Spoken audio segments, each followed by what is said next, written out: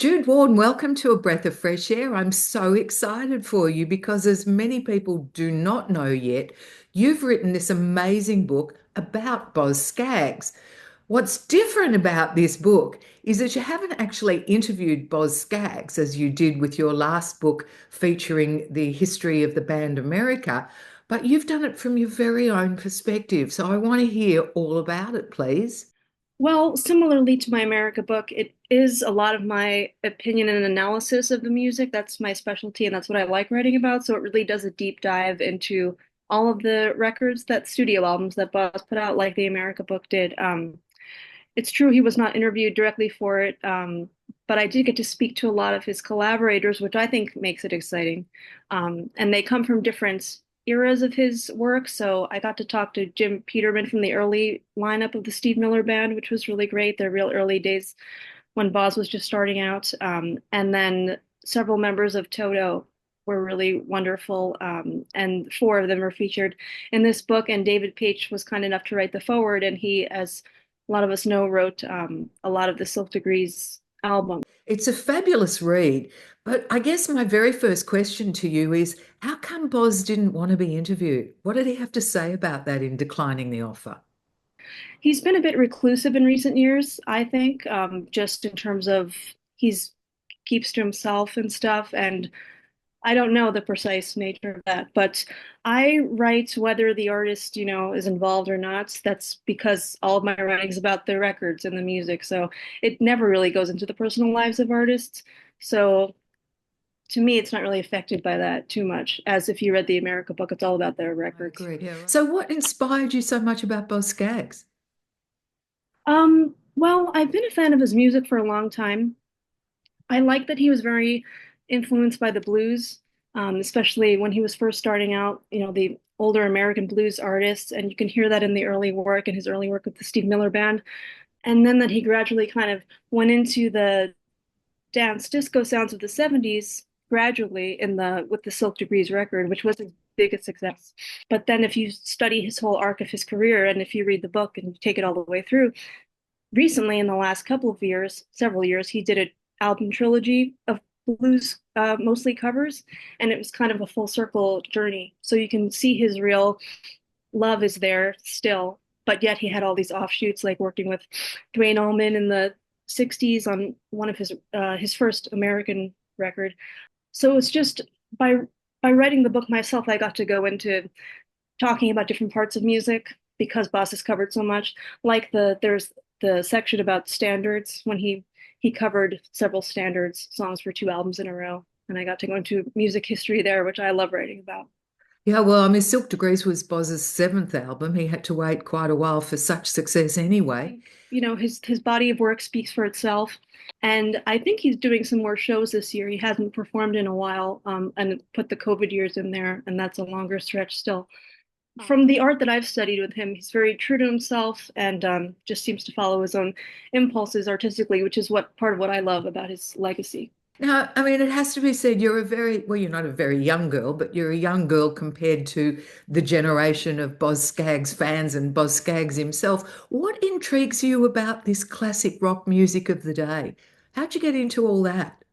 I was influenced by my parents growing up, who were big music people and, big fans of pop and rock stuff, starting with the Beatles and the Beach Boys, the classics, and then all these offshoots into different other artists. Why I like it personally and it holds up for me today is I really love a lot of the ideologies that are generally in a lot of 60s music, especially in 70s music. The peace, love, rock and roll thing, which sounds kind of cliche maybe now in today's culture, but I think the intentions of a lot of the love forward and peace forward language in a lot of those songs, I think is the truth. It should should still stand true today, even though perhaps it's not as in vogue. But the that sentiment really stuck with me as a young person, and I like to hold on to that today myself. A lot of the this music I hear on the radio that's newer, some of it's wonderful, but some of it is a bit either like harsh or too self-obsessed in my opinion, lyrics wise. So I tend to gravitate toward this era.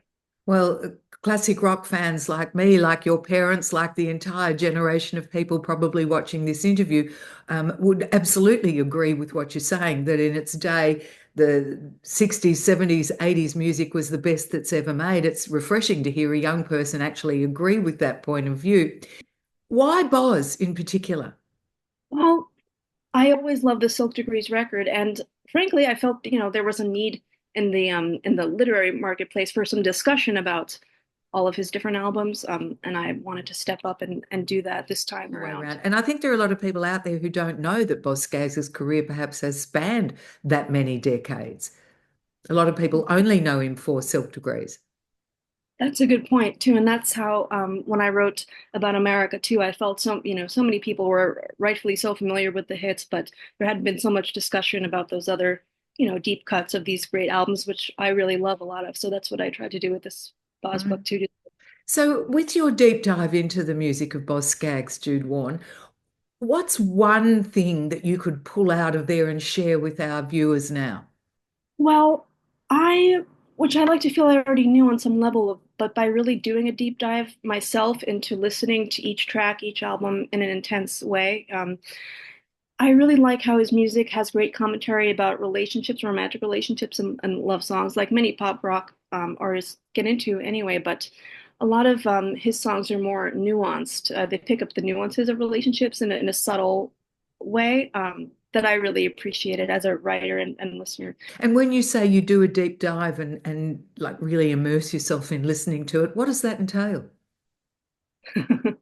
Um, Me alone listening to the album, reflecting on it, taking notes, connecting it to other musical ideas that I've had going anyway in my mind about other artists or, eras and stuff, and just kind of lacing that into the discussion of the songs. I get into the lyrics a lot, and try to take a wider stance of the narrative view of the song beyond the song itself and the recording process and stuff.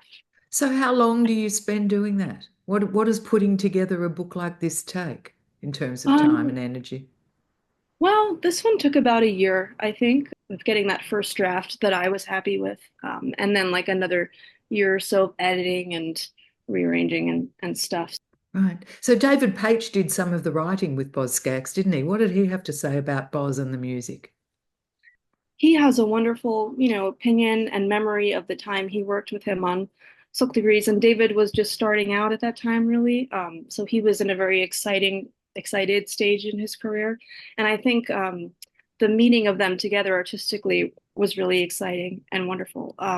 And Jeff Porcaro kind of brought them together, and the beginning of the book talks about that. And he wrote a wonderful foreword for the beginning to bring readers into it, just with fond memories of that time and appreciation of his and Boz's co-appreciation of each other, I think, and the success that they were able to come up with that record. And I believe that Boz likes to co-write rather than write on his own, doesn't he? Yes, it's true. If you look at his most successful work, a lot of it, it's often with a co-writer, and I think that he feels that he works better bouncing off of someone with ideas. Right. The book launch in LA next week at Book Soup with David Page is going to be there, and my friend AJ Eaton, the film director who directed the Crosby documentary a couple of years ago, which was really great. He's going to do the moderation, so I know it'll be a fun night. That will be the party. Wonderful. Jude Warne, you're amazing. What an exceptional career you've had today. Love this book and can't wait to see what comes out of you next. Thank you so much for sharing your time today with us. Thank you so much, Sandy. It's great to be here.